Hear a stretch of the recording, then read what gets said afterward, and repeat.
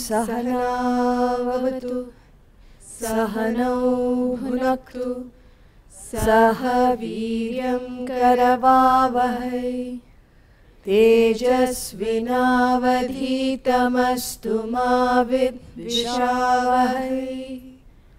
Om Shanti Shanti Shanti.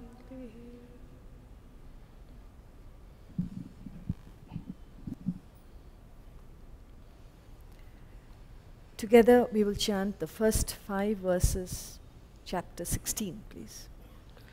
Shri Bhagavanu Vacha Abhayam Sattva Samshuddhihi Jnana Yoga Vyavasthitihi Danam Damascha Yajñascha Swadhyayastapa Arjavam Ahimsa Satyam-akrodha Tyaga-shantirapayishunam Daya-bhuteshvaloluptvam Mardavam hrirachapalam Tejah-shamadhritish-shaucham Adroho natimanita Bhavanti sampadam daivim abhijatasya bharata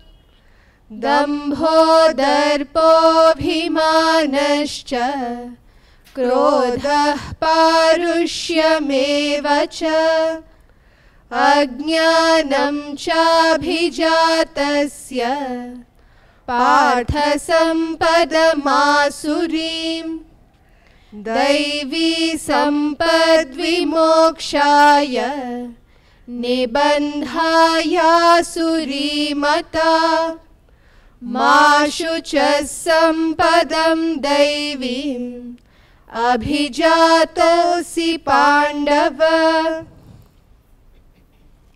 The 16th chapter of the Bhagavad Gita is entitled Daivasura Sampadvibhaga Yoga, the yoga of distinction of divine and demoniac nature. There are 24 verses in this chapter, and for those who are not quite familiar of the way we study, what you see on the screen here is a summary of the chapter, and this is part of the research done by Swamiji. It becomes very easy for us to get the flow of thought in this chapter. You will not find it in the original text, so if you have a copy of the Gita, don't look for a summary. This is something that Swamiji has done. And as we go along, you will understand the importance of the summary, because it tells us how the verses flow in the chapter and the message of this particular chapter. So we are talking about natures here, as you see. What it tells us is every human is a combination of both positive and negative qualities. Everyone here, you'll all agree that we have good qualities. We may also have some negative qualities. Nobody is perfect. And that we could make a study of these qualities and understand where we are at the moment. And then you have a choice. A human alone of all creatures has a choice. You could be whoever you are at the moment, but you can choose what you want to be according to the values that you gain. So here is a text that will give you the right values of life, time-tested truths, and that is the importance of the Bhagavad Gita. It gives us these values that are universal, that are eternal. And it's up to each one of us to familiarize ourselves with these values and put it to practice in our own lives, and so enhance our living. Like we said, you have a choice. Now this study is a sort of stock taking with your own personality. And if anyone here believes that there is scope for development, here is an opportunity for us to find out how exactly to go about our own lives, so that, forget everything else, we can become definitely better humans. That's something that is possible. But it needs time, effort. So if we become complacent and say, look, I know everything, but I've just come to find out what is the Gita talking about, particularly 16th chapter, because I have not read it. Well, it will not be fulfilling the purpose of this discussion. If anyone here understands the importance of knowing these truths and applying it into your own life, your time is well used. So let us look at this chapter from that angle. Let's not be concerned so much about what the chapter has to tell, but how much can we apply it in our own lives. Now, this chapter, as you see, first of all talks about the qualities of divine and demoniac. Now what's interesting is the first 3 verses gives us 26 qualities of the divine. Divine qualities. 26. And in the 4th verse, he gives us 6 qualities of demoniac. Just 6. Now why is this imbalance? So much given for the divine, 26, and just 6 qualities for demoniac. Because anything constructive takes time. You need to put in a lot of effort if you want to build yourself. But one weakness, one negative quality, one drop of lemon juice in a glass of water and glass of milk can destroy it. One negative thought is enough to put off all your positive qualities. No matter how much good you do. One weakness, what is that? Anger. You get very angry. That is enough to bring down all the good work you have done. So if we can so much as avoid the negative qualities, chances are you can manage with what you have. But if you don't attend to those, each one of them, 6 are potent. You don't need 6. If you have all 6, I don't think you'll be sitting here. The fact you're sitting here, you must have many of those divine qualities. Not for anything else. I'm not sitting here in praise of you.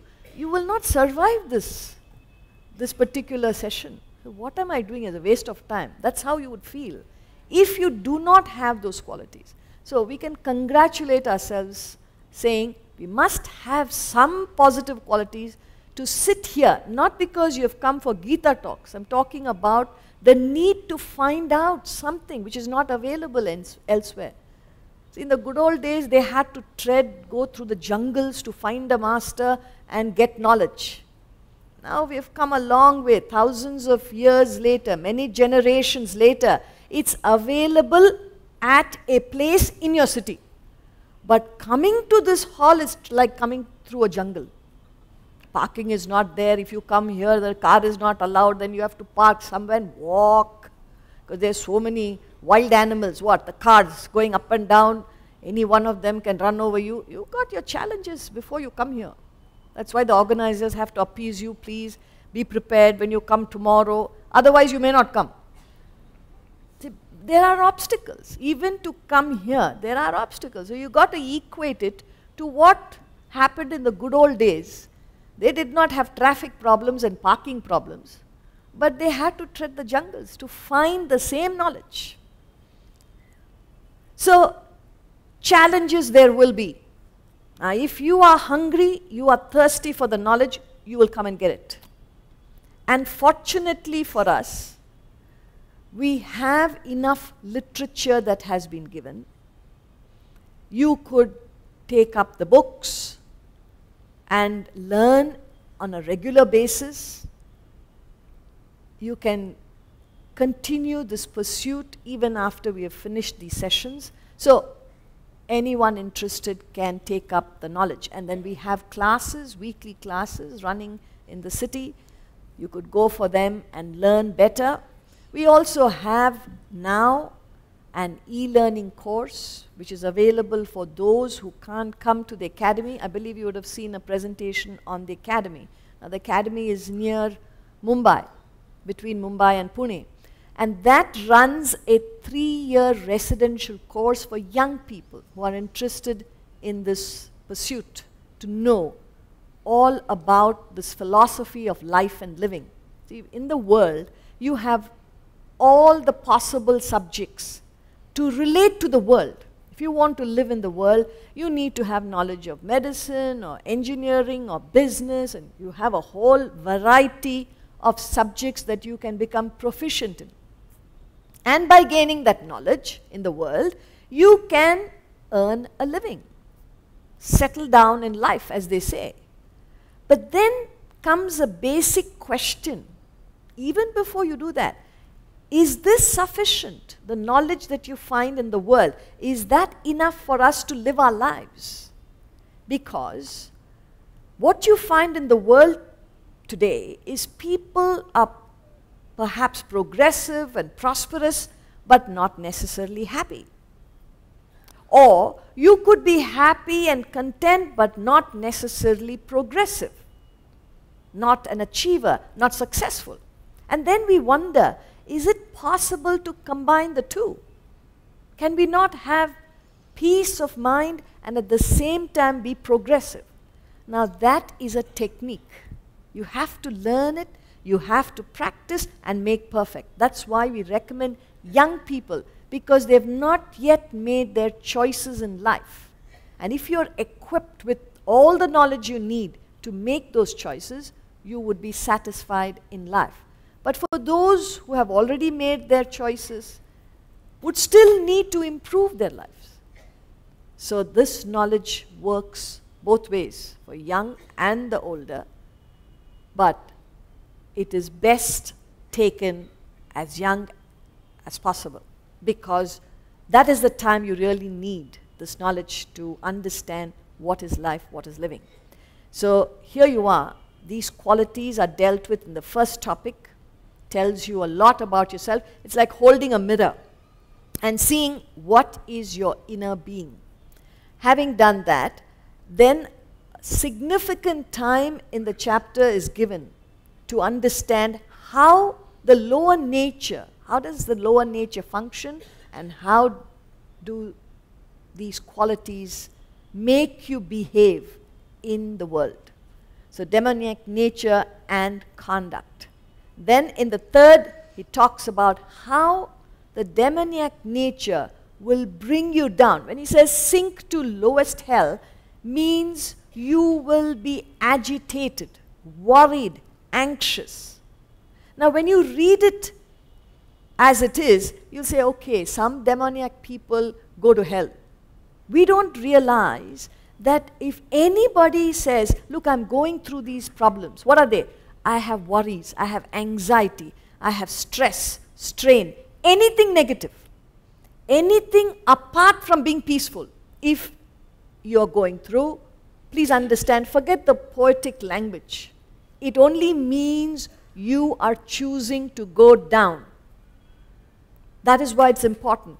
So stress or strain, worry or anxiety, or any quality that is negative, it's not something that the world makes you feel, but it's something which you have within you. The world is only conducive for those qualities to come up. So you should be concerned if you have any of those negative feelings, because that speaks about your inner condition. So here we are clinical. We are not pointing fingers at others, nor are we feeling deflated. You know, you come into this classroom to think about what great thoughts this master had to convey, and then we are talking about what negativities we have. This classroom is clinical. It's like going to a doctor. See, when you go to a doctor, there's no shyness.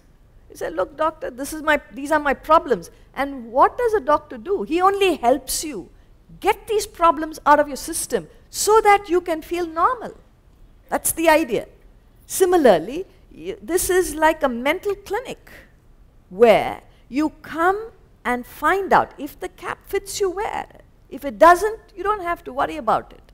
So if anyone is going through any negative thoughts or feelings, it has nothing to do with the world. It has everything to do with what you're encouraging within your own personality. And who can help you? Only yourself. You can help yourself. Elsewhere in the Bhagavad Gita, he says, Uddharet Atmana Atmanam. You've got to learn to lift yourself by yourself. And that's the best way you can live your life. So here is only guidance given for those who are interested in setting their lives the way it should be. Happy, peaceful, blissful, at the same time you are dynamic, prosperous, successful till the last day of your life.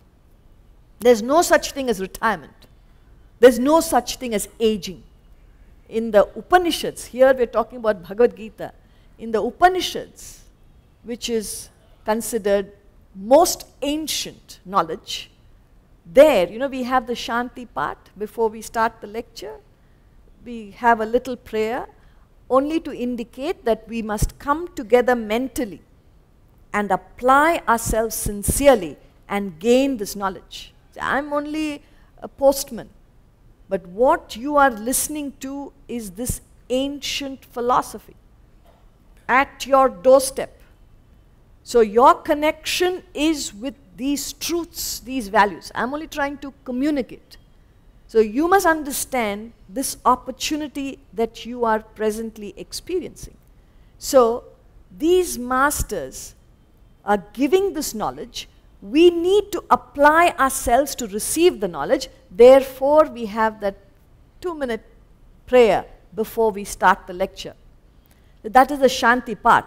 But in the Upanishadic times, the Shanti part said, may our limbs wax strong. May we live 100 years. Not in a hospital bed, but active. See, when they said that, what they said is, you must live a full life, a complete life, not with worry and anxiety, not stretching your life and praying to the Lord, when will I go? I don't want to suffer and go. That's the prayer. Why are you saying that? Because your life may not be well lived. So when you pick up these values, you live a full life, a complete life, a sensible life, a life full of dynamism, right till the end. I know many of you must have come for the talk yesterday. Morning, you were there today? Yesterday. Yesterday was the talk, right? So, I don't know how many of you are aware of Swamiji's age. He's 90.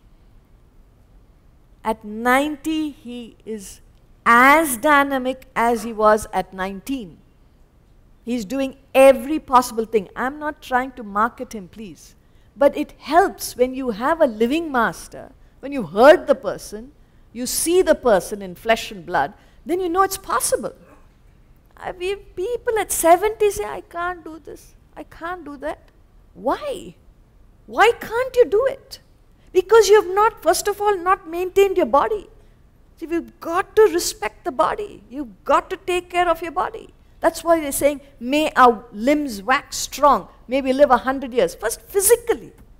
How many of us in this classroom can claim to be in good health? Physically. You don't need philosophy for that.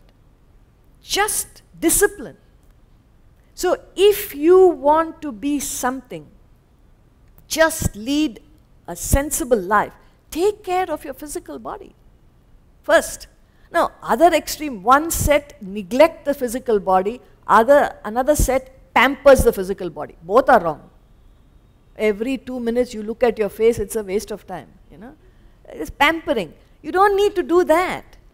You don't need to neglect. You take the middle path. What do I need to keep this going? That's all. It shouldn't be a nuisance to yourself. I can't sit, I can't stand, I can't do this. By the time you reach 60s and all, half your body you can't use. How are you going to survive? So you may be surprised why I'm saying all this. If none of this is making sense, I'm giving you the choice. Tomorrow you need not come. Because it won't make sense to you, the rest of it. If you are not conscious of physical defects, which you can correct, there may be certain things that you cannot correct. That's all right. It's too late. It doesn't matter. You don't lose anything. But if there is a chance for you to correct, why not? And if you are not interested in that correction, how can you be interested in correcting the negativities? This whole chapter is talking about that. So you will be bored sitting in this classroom. So you may as well be prepared what you're going to be listening to. And all we're saying is, whoever you are, whatever your background is, you've got this great opportunity called life. We are not interested in what problems you had so far or what you're having now. It doesn't matter. It doesn't matter who you are, what your background is, if you are prepared to put in a little bit of effort. That's all it needs. But on a daily basis, dedicate yourself. You find your life becomes enhanced, you become a different person, and you find a meaningful life. So that is where we are. And then he shows in the last part, the divine rise to the highest goal. So that's what you have. That's the choice you have. You look into your divine qualities and develop them. It's like a garden. You know, you nurture it, you nourish it, you put enough things and water your garden and trim your garden. It's going to look beautiful. If you don't do all this, it will slowly fade and die away. So you've got both qualities. You've got divine and demoniac. Nobody is free from that. What are you nurturing on a day-to-day basis? Every day you're doing it. What are you doing? Be conscious of it. That's what this whole chapter is telling us. So we'll start with the first verse where he gives us 9 divine qualities. Shri Bhagavanuvacha Abhayam Sattva Samshuddhihi Jnana Yoga Vyavasthitihi Danam Damascha Yajñascha Swadhyayastapa Arjavam Shri Bhagavanuvacha Abhayam Sattva Samshuddhihi Jnana Yoga Vyavasthitihi Danam Damascha Yajñascha Swadhyayastapa Arjavam. Shri Bhagavanuvacha, the Blessed Lord said,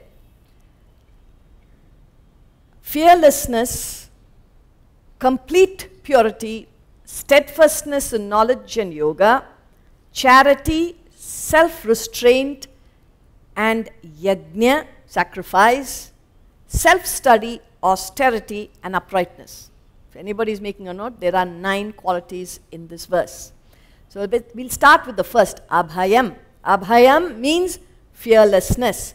Now, how does one become fearless? Or rather, what puts fear into any person? The number one reason, there are a few reasons. One is when you are not knowledgeable, when you're ignorant. You're worried, you're scared, you're afraid because you don't know.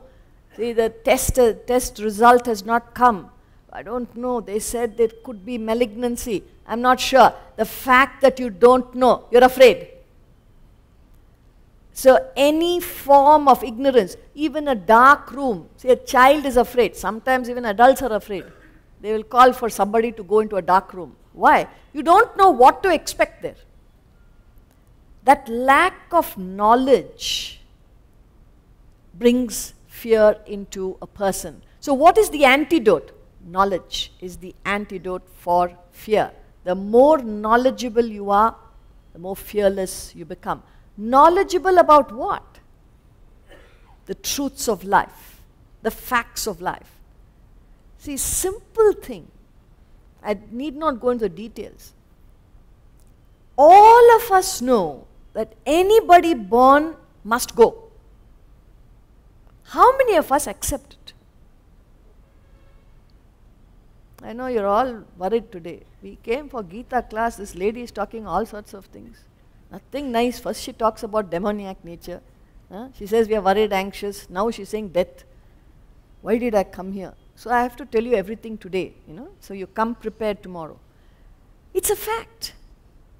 Everyone born must go, but we are not prepared. Neighbor, somebody dies, you are ready for that. But in your own family, even if I tell it, you say, don't talk such things, nice things, tell us and let us go.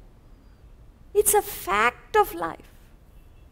Not only that, this body is, anytime anything can happen. Are you prepared? See, if you are prepared, you will not have fear. Otherwise, you will keep on asking. You will go to the temple. Why, I better go and finish all this, otherwise something may happen to me or my family. Why do you go to a temple? Not to thank God, but to ask. Or to remind, I'm there, my family is there, and I'm giving you these coconuts. Please, don't forget me. That's the reason we go. Otherwise, you won't go to a temple. Or you're afraid, if I don't go, what will happen? Look at a person's, you go to a home, you see the puja room. Why so many pictures? I'm not saying you should or should not have. Is it the bhakti that's making you put all these pictures? No, you're worried, if I don't put this God, that God will get angry. So many things. And another problem we have is where to place the gods. Center God, if I put, then the side God will not be happy. So when that puja comes, you give lot of garlands to that God and please that God and put all the prasadam there because side God, Why is that fear? It's more a fear because you don't know. What are we trying to do here is gain knowledge which is an antidote for fear. So the more knowledge you gain about the truths of life and accept them in the real sense of the term. See, otherwise you're just scholarly. When you say, I know, it's being scholarly. You can talk about these truths, but you don't live them. If you genuinely believe that anybody born must go, when a person goes, you're prepared. Otherwise, you cannot come to terms with it. Any change that happens, people can change. No two minds are the same. These are all facts, simple facts. And if you're not understanding, if you don't understand these facts, any change happens, any situation arises, you can't take it. So, abhayam, I can go on talking, but there's a lot more that we need to know. That is one of the reasons. And then when there's a sense of otherness, separateness, then there's fear. You suspect. When there is oneness, you do not have fear. See, your own son or your own daughter may not protect you. But because you have an identification with your own children, you don't have any fear. But if there is a daughter-in-law or a son-in-law that comes in, then you're not sure. Not sure. That could give you fear. Or even in a strange place, people could be good, but you don't know. Since you don't know, you have that separateness. There are other people, I don't know if they will take care of me. There's a distance. So when we talk about universality of love and understanding, you develop that oneness, and when you have oneness, there is no fear. Selfishness, when you think about yourself all the time, then you're worried others may not cater to you. So selfishness is another reason for fear. You see this very clearly in the animals. A tiger or any carnivore, we're not saying they're selfish, but they're destructive by nature. Destructive animals, carnivore, they have fear because they're all the time destroying. That is what they expect from the others. So there's an automatic defense that they have. Whereas a cow that is meek and mild, or a lamb, you can touch them, they will not protest. They're not afraid of you. They may be shy, but not afraid. They will not start trying to attack you. But any carnivore, any destructive creature, you have to be careful to approach because they are all the time on the guard. You know, they may attack you anytime. That is the nature of selfishness. So when you're thinking about yourself all the time, you believe nobody else will cater to you. You believe the world will not cater. That fear is there all the time. So you always want to gather people who will care. Why? Otherwise I will not be protected. So that fear comes from self-centeredness. When you are selfless, there is no fear. So these are some of the reasons why a person has fear. Sattva samshuddhi, complete purity. When we talk about purity here, it is a state of mind. What makes a person impure is the agitations in the mind. When you're agitated, worried, anxious, you know, the negative qualities, that makes you puts you in a state of impurity. So when they say you have purity, you act not on your mind, which is full of these agitations, but with the help of your intellect, which means you understand the intellect as different from the mind. I'm assuming that. Yes, no? Do you understand the difference between mind and intellect? See, mind, for those who don't know, mind is nothing but all your feelings, your impulses, your likes, your dislikes, wishes, wants, ambitions, desires, demands, all that put together. We're not saying it's right or wrong. That is the mind. But superior to the mind is your buddhi, intellect, the ability to think, to reason, to understand, to know, to decide. So if you follow the mind, it can take you in any direction and agitate you, worry, bring you all sorts of problems in the mind, because the world is not designed to cater to any one person. So when you act with the help of your intellect, you have a clear conviction, understanding, and function in the world. He says complete purity. Your mind will never get agitated. So this is another divine quality. We are talking about divine qualities. Then he says, Jnana yogavya vastitaha. It is an earnest pursuit to reach a higher state of being. Steadfastness in knowledge and yoga. Yoga, when we use the Sanskrit word yoga, it doesn't mean breathing techniques and asanas. We're not talking about pranayama and yogasanas. That is a very minute part of yoga. Yoga means to unite, because it's derived from yuj, which means to unite. Then what does it imply if we say you need to unite? It means we have separated from something. What is that something we have separated from? Our own self, our own divine nature. We've moved away from that. So any attempt you make to get back to your original state, your divine nature, is yoga in Sanskrit, religion in English. And then he says, that steadfastness with which you pursue this divine nature of yours is a quality that you need to imbibe. That's what he means by steadfastness in knowledge and yoga. Not to impress the world. Many people take up knowledge just because they like to gain more knowledge and perhaps share it with others. This knowledge is for your own purification. Incidentally, you may do other things, but the main reason is to purify your own personality. Then it is a divine trait.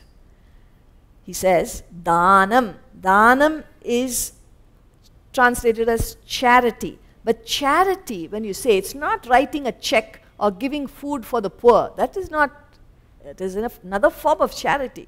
But it's the easiest form. When he talks about Dhanam, it is a spirit of charitable disposition at all levels of your personality.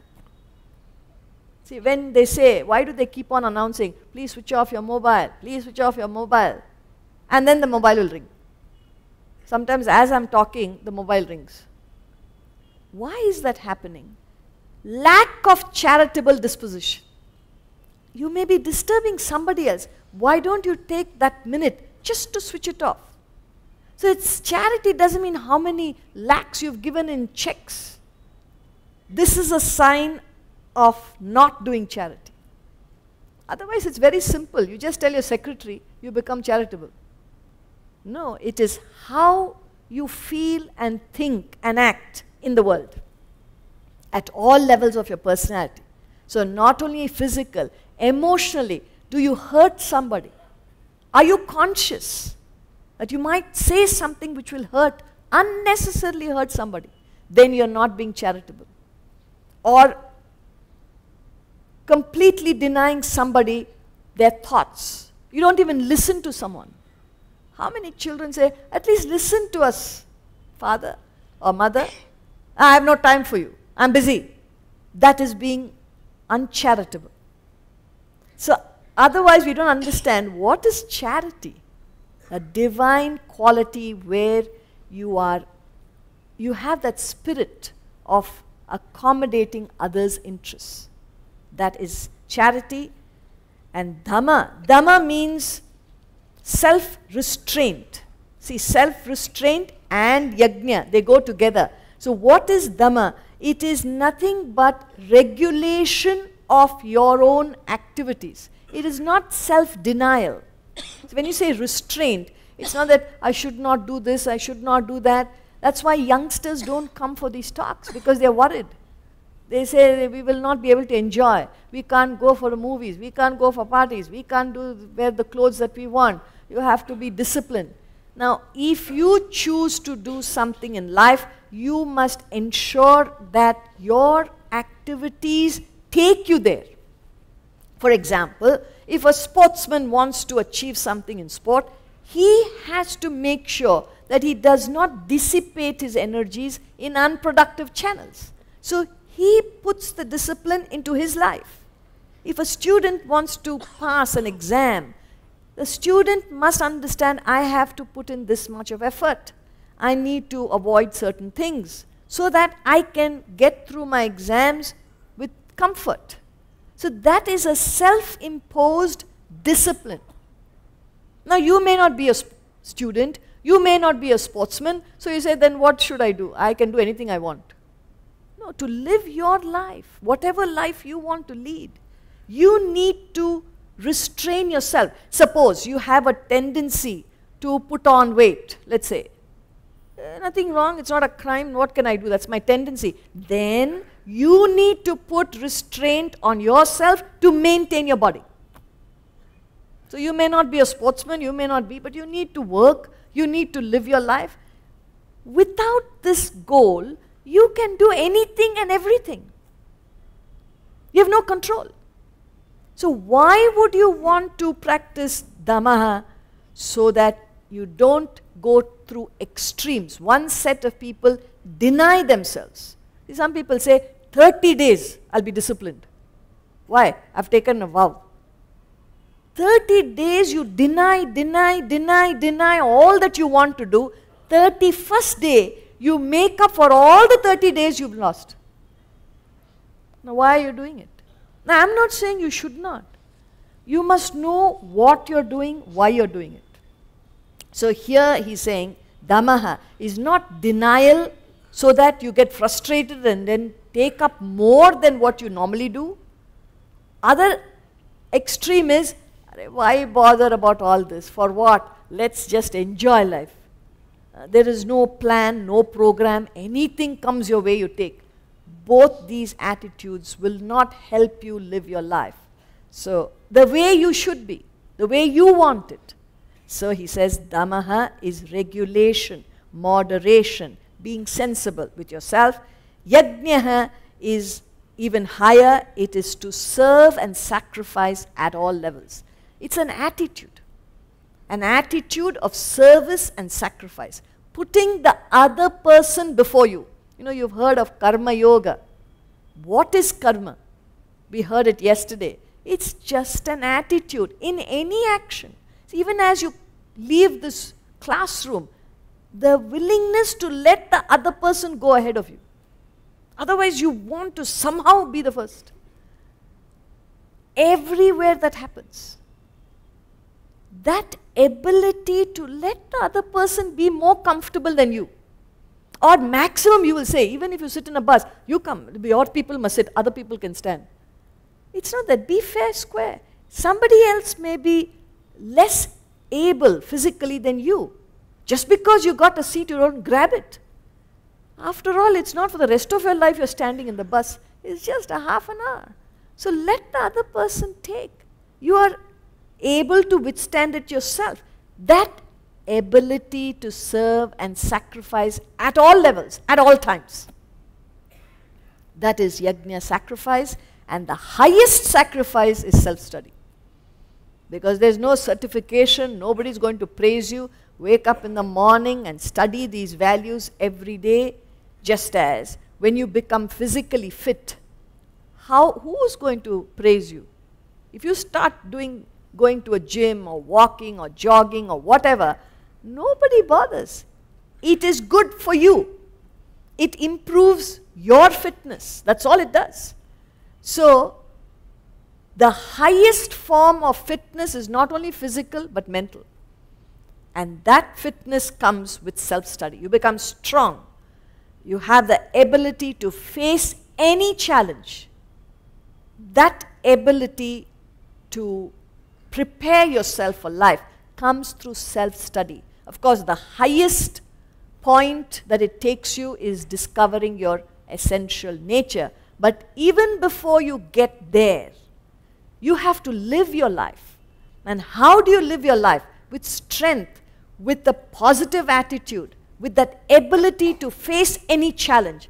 And that will come only with knowledge, self-study. So it's very important. And then he says, tapaha. Tapaha is austerity. Austerity in the sense, again, not to hurt yourself. People believe discipline means you must be hurt. You must suffer. No. It only means you conserve your energies intelligently and apply it in a positive way. Example, the tapas of speech is not to gossip. See, how many of us sit down and talk? Go on talking things that don't benefit you, doesn't benefit another person, yet you will talk. What did that person do? Ah, I knew that person went there. But did you know this new thing? This person did this. Is it? How come? How much time we can spend in what we call gossip. And yet, it is so entertaining. See, you're looking at me as though you've never gossiped. You touch your own heart. What do you read? Magazines. Every home has magazines. What is in the magazine? Who went where, with whom, what happened to that person, he became rich or poor. Now, how are you interested? Why are you interested? It is violation of tapas. So, tapas, you must understand, is conserving your energies for some sensible purpose. That's all it is. So, is this going to help me? Then take it. If it is not going to help you or the other person, why are you engaging in it? That quality is divine. But just to get into a conversation or do things because somebody else is doing or it's just convenient, it is violation of tapas. And then he says, arjavam. Arjavam is uprightness. You've got to be true to yourself. Be true to your conscience. And that's what Shakespeare says. To thine own self be true. And it must follow as night the day. Thou canst not then be false to any man. That is arjavam. And he continues. Ahimsa satyama krodha tyaga shantirapaishunam daya bhuteshvalo luptvam mardavam hrirachapalam. Ahimsa satyama krodha tyaga shantirapaishunam daya bhuteshvalo luptvam mardavam hrirachapalam. Harmlessness, he says ahimsa. I'll go by the qualities. We have 11 more qualities here. Ahimsa is not non-killing. Ahimsa is non-injury. Because killing, you have no choice. As you're breathing oxygen now, you're killing bacteria. When you boil water at home, you're killing bacteria. When you cook food, you're killing. So ahimsa cannot mean non-killing, because as a human, you have to kill something. Even if you say, I eat only vegetables, that has life. You cannot live on stone. You have to live on living matter. So it cannot be non-killing. Then what is the meaning of ahimsa? Ahimsa is an attitude of non-injury, and that can happen at all levels. Even I told you speech. You could be hurtful. In fact, it's anonymous, but it talks about the tongue. Tongue can be very destructive. Nothing to do with eating or eating habits. So it says, the tongue has no bones, but it is strong enough to break a heart. So be careful with your words. It has no bones, but you could be very himsic with the use of your tongue. So where is ahimsa? What is ahimsa? It is an attitude of non-injury in everything, anything that you do. So it covers all your actions. Material, physical, emotional, intellectual, even spiritual. See, my deity is better than your deity. My guru is better than your guru. Why are you getting into that? Each one find their path. But you could hurt somebody by saying something or doing something. So, ahimsa, satyam. This is a mental discipline, ahimsa. Satyam is an intellectual discipline where you are not swayed by likes and dislikes, but you go by conviction, what is right. What is the truth? That is what you respect. Not what others say. Not what is happening around. So that attitude of maintaining satyam in everything that you think is an intellectual discipline, following your conviction, following your conscience. Then akrodaha. Akrodaha is lack of anger, absence of anger. But in the context, it means control of all emotions, not only anger. So you don't lose your temper. You don't become emotional. See, emotions are good, but people become emotional. They become slaves to their own emotion. You can have sentiment, but you need not lose yourself in sentiments and become sentimental. The big difference. So one is a weakness, other is a strength. To have sentiment, to have emotion is a great quality. But if you are weak by these emotions, if you are slave to your sentiment, you become weak. Big difference. So akrodaha, it means a control over all your emotions. He's talking about anger because that is the most difficult one to control. But all sentiments, all emotions have to be under control of what? Your better understanding, your intellect. Tyagaha. Tyagaha is renunciation. Now renunciation in the context is not giving up action.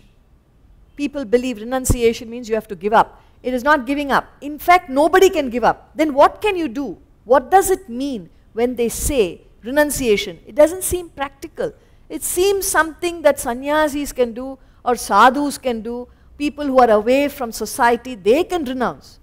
He is talking about renunciation here and now, wherever you are. So it cannot be giving up. Then what does renunciation mean? In the Vedanta treatise, one of the books that I would highly recommend for those who are interested, written by Swamiji, because it gives the whole philosophy in one book. See, where do you start? What do you study? Everything contained in one book, Vedanta treatise, the eternities. Now in that book, he talks about renunciation. He says, it is not renunciation of action, it is renunciation in action.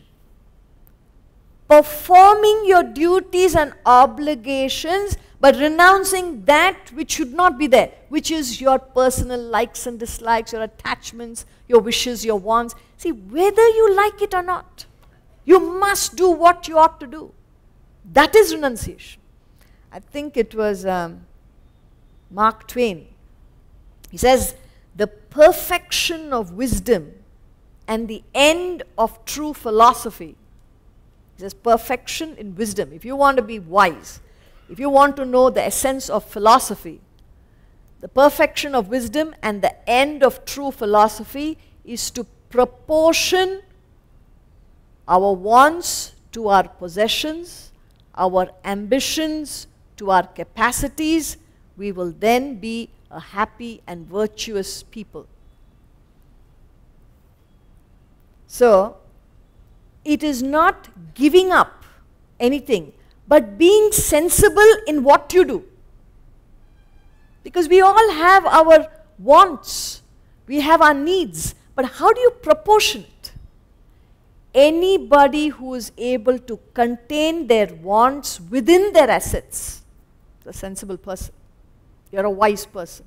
See, if you have wants beyond your assets, you're going to be miserable. You're going to be unhappy, because at any stage in life, you will feel you need something more. You need something more. You will never be happy with what you have. So that is why he's saying perfection of wisdom and end of true philosophy is to proportion your wants to your possessions, meaning your assets, your ambition to your capacity. You may want to achieve something, but do you have the capacity? Now you may want and crave and want and crave. You will be agitated. You won't be happy. Then you will be happy and virtuous. American, Mark Twain. So, it is not giving up action, but performing action with the proper attitude. In fact, it is maturity, it's growth, it's wisdom. That is what renunciation is. Shanti. Shanti, peace, means you are not agitated. When is a person agitated? When you have unfulfilled desires. So unfulfilled desires produce mental agitations, because you will not be satisfied till you fulfill it. Here is a person who has reduced their desires. Why? Because your attention is on the self in you, the God principle in you, the divinity in you. That is your interest. As a result of which, the desires that drag you into the world are curtailed. And that brings you peace of mind, shanti. Apaishunam. Apaishunam is absence of slander, calumny, demeaning others. So there is a tendency to talk loosely. It's easy to comment on another person or how wrong that person is. It's so easy. But if it comes to yourself, you don't want to be seen as somebody who's done something wrong. But how simple it is to point a finger at others. Here he says, there is no loose talk or supporting loose talk. Don't get into it. If somebody is talking something which is not constructive, move out of it. That is a divine quality. But if you say yes and sit down and get entertained, you got to check, there's something wrong with me. I ought not to be listening to this conversation. About somebody, I should not be commenting. So, absence of that. And then, daya bhuteshu, compassion for beings. You have that intellectual, it's not a weakness. Compassion is not in a weak sense. You have that feeling of oneness, and it is well supported with your understanding. See, even the person who's done you wrong, so what? It may have done you wrong, but the person is wrong, is not wrong per se. So have that feeling of oneness, even with those who may not suit you. Those your friends, you will give your life. But those who are not with you also, you should be able to identify with them, because they need to live their lives. You may not connect with them, fair enough, but you need not curse them. I will not let this person live in peace. Why? He did this to me. That is not necessary. You live your life, they live your life. So that attitude that attitude of compassion for all beings, irrespective of what they have done, that attitude is a divine quality. Uncovetous, where you do not covet another's wealth. That person has so much, I don't have it. That wanting to get what other person has. No, you get what you want. Nobody is stopping you. If you have the capacity to earn and get more, why not? But looking at others, you get tempted. Why? Because you are not self-sufficient. See, you have a place in this world. You don't need to compare yourself with anybody else. I don't know if you're understanding this, but one of the main problems we have in this country, especially India, you know what the problem is? People suffer. They take loans indiscriminately. For one thing, anybody knows? I'm glad some are answering. Indian wedding. It's a tragedy. Why do you have to do what you're doing? You are torturing yourself. You are unnecessarily bringing up everybody's expectation because you've lost your head. You don't know what you're doing. Covetous. They did it, we should be slightly better than them. Destination weddings. I'm not saying it's wrong. We're only examining why. Why are you doing it? There is no self-sufficiency. You will invite people you don't want. You will have a big affair, and then you say, now that we have to invite that. Then the husband and wife sitting and talking. No, but why do you want to invite them? If you don't invite, we'll be in trouble. So half the guests you're inviting are people you don't want. And you're paying for that for the rest of your life. Why is that? Because you want to be somewhere where you're not. If you have the courage and conviction, if you're leading an honest life, you don't want to please anybody, but you have a weakness. My daughter, no. So what? If she's your daughter, what happens? Otherwise, I won't get that family. I'm not saying you should put your daughter in some low family. I'm not saying that. This is your capacity. This is where you are. Of course, you can do your best, but you don't have to kill yourself. Why do you have to do that? Because you want to get to a position where you're not.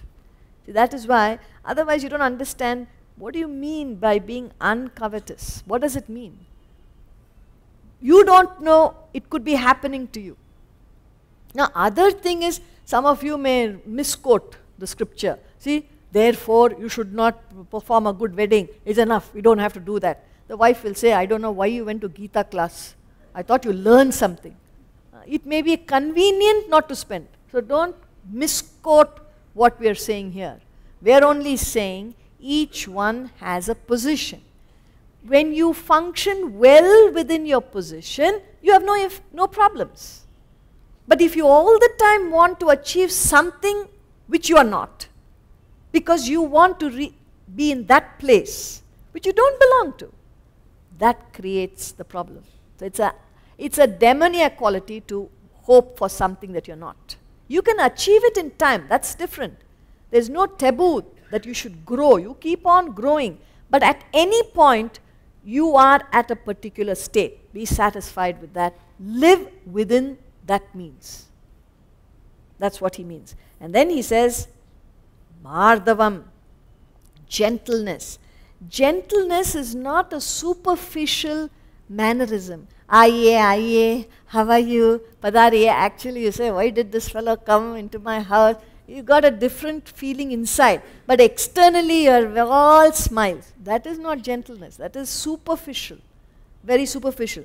But here, when you do not have physical craving, like we said, when you do not pitch up your desires, when there is no emotional excitement and intellectual arrogance, then you become a gentle person.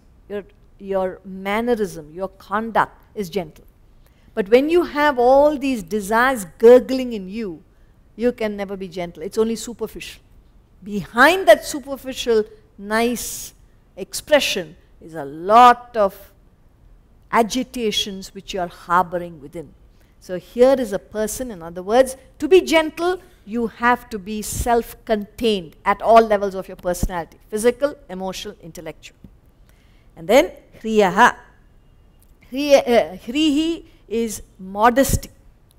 Hrihi, when he says modesty, it is an extraordinary behavior where you have something and don't show it. You may have wealth, but don't show your wealth. You may be superior, but you don't display a superiority. That is hrihi, modesty. So you, in other words, you are not wanting attention from others. You are not dependent on people's opinion. Then how do you function? You just be what you are. That is all. Neither trying to impress nor trying to underplay. In fact, there is a book on poems, a very simple poem. It's called The Mountain and the Squirrel by Emerson. He says, people have complexes. Why do they have complexes? Why can't you just be yourself? So either you want to appear superior or you feel inferior. You may be superior, but you don't have to feel superior. You may be inferior, but you understand, this is where I am. You don't have to feel inferior. So these complexes come when you are either on a high or a low. Just be where you are. You are your own person. Yes, there will be people superior to you. There will be people inferior to you. You are where you are. You don't have to be conscious. You don't have to be affected. But respect your situation. And you may want to improve. That's what we're discussing, how to improve. So Hri is that ability not to feel the need to show what you've achieved, but to be contained where you are. Hrihi, modesty. And then he says absence of fickleness. When you have a clear conviction, when your intellect is clear, you do not keep changing lanes all the time because you've given it sufficient thought. Should I do this? Should I not do this? Should I go here? Should I not go? Because everyone is placed at a fork in life, to be or not to be. Which way do I go? So if you have given enough thought to whatever you need to do, you develop what is called a conviction. And when you have a conviction, you do not fall a prey to fickle-mindedness. Otherwise, anybody can tell you anything, you'll follow it. Any suggestion, even a passerby, say, why don't you do this? You'll immediately try it. And constantly you're moving from one place to another, no place to go. So you are moving like a pendulum. You understand? A pendulum is up or down, up or down. It's not progressing because you don't have a clear-cut idea what you should do. So when you have a conviction, you're not fickle, you're steady, and however slow your progress is, you will move on that path that you have chosen. That's a divine quality. Next verse. Teja kshama dhriti shaucham adroho nati manita bhavanti sampadam daivim abhijatasya bharata. Teja kshama dhriti shaucham adroho nati manita bhavanti sampadam daivim abhijatasya bharata. Tejaha is a spiritual luster he's talking about, which is an outcome of your discipline. See, when you lead a life of discipline at all levels, physical, we talked about you must have physical well-being. What prevents you from being fit? Nothing but what we call tamas. You understand tamas? You should. Tamas is laziness, lethargy, inertia. Why a postponing? I can do it tomorrow. I still have time. That tendency prevents you from doing what you can do today.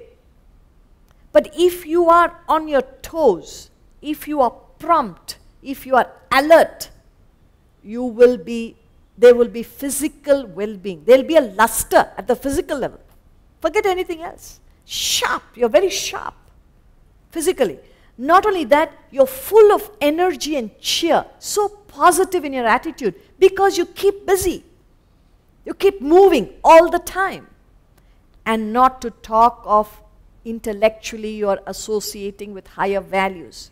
So if you have all going, there is a spiritual luster. It's a result of discipline at all levels. So spiritual luster. Kshamaha. Kshamaha is forgiveness. Now, forgiveness is a beautiful quality that only a human being has. Mark Twain, instead of explaining to you, is very simple. I just quote Mark Twain. He puts it differently. He says, forgiveness is the fragrance the violet sheds on the heel that crushed it. So you crush a violet, it does not give you bad smell. It gives you fragrance.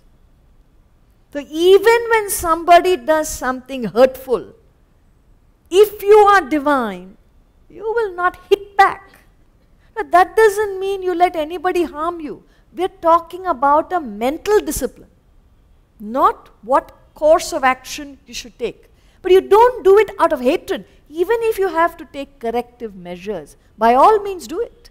But not with hatred, not with anger. It destroys your peace and chances are you will not be doing the right thing. But when you have this attitude, somebody has done harm to you.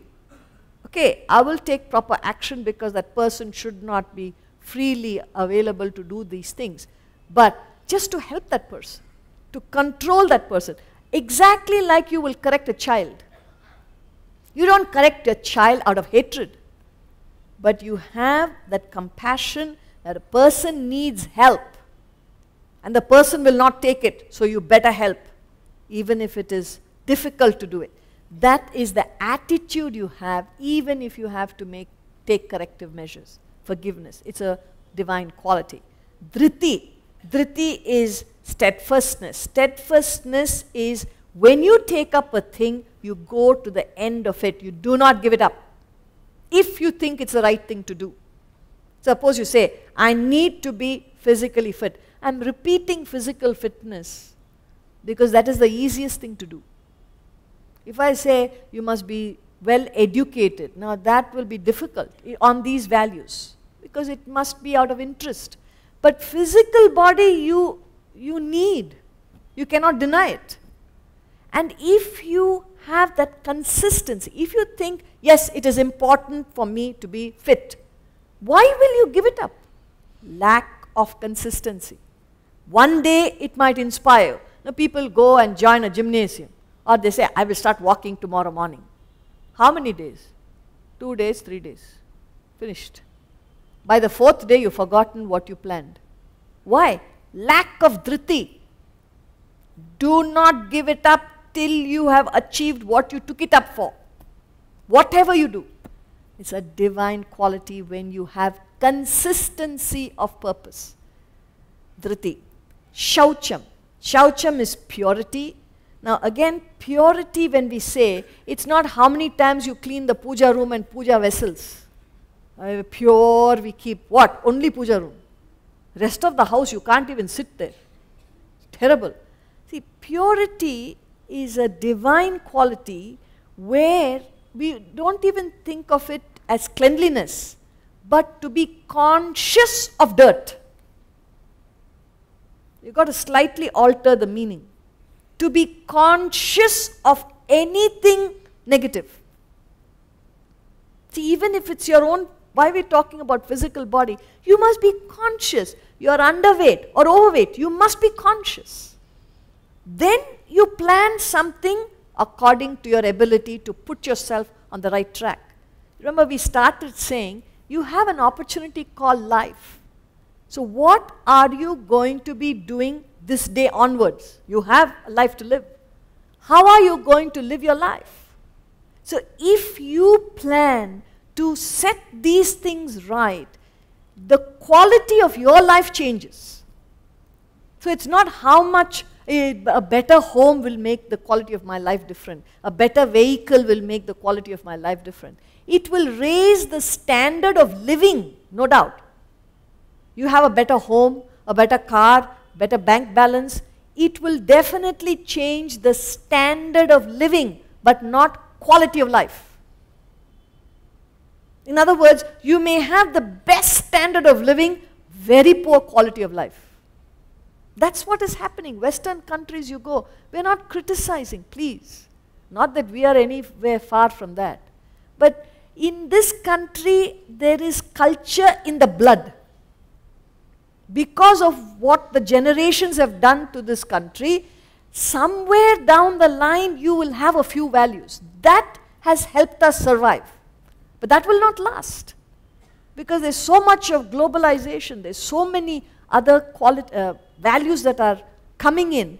Unless you're conscious, you will not choose the right qualities. And if you don't choose the right qualities, it is your life. So your quality of life will remain high if you understand this virtue, shaucham. Shaucham is you must be conscious of negative, what is not pure. So if there's agitation, it's not pure. If you have no consciousness of your physical body, not pure. Your home should be clean. Everything should be clean. You must be aware of dirt. That is shaucham. Adroham. Adroham is absence of malice.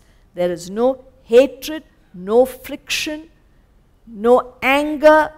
Why? Why is there no such negative feeling?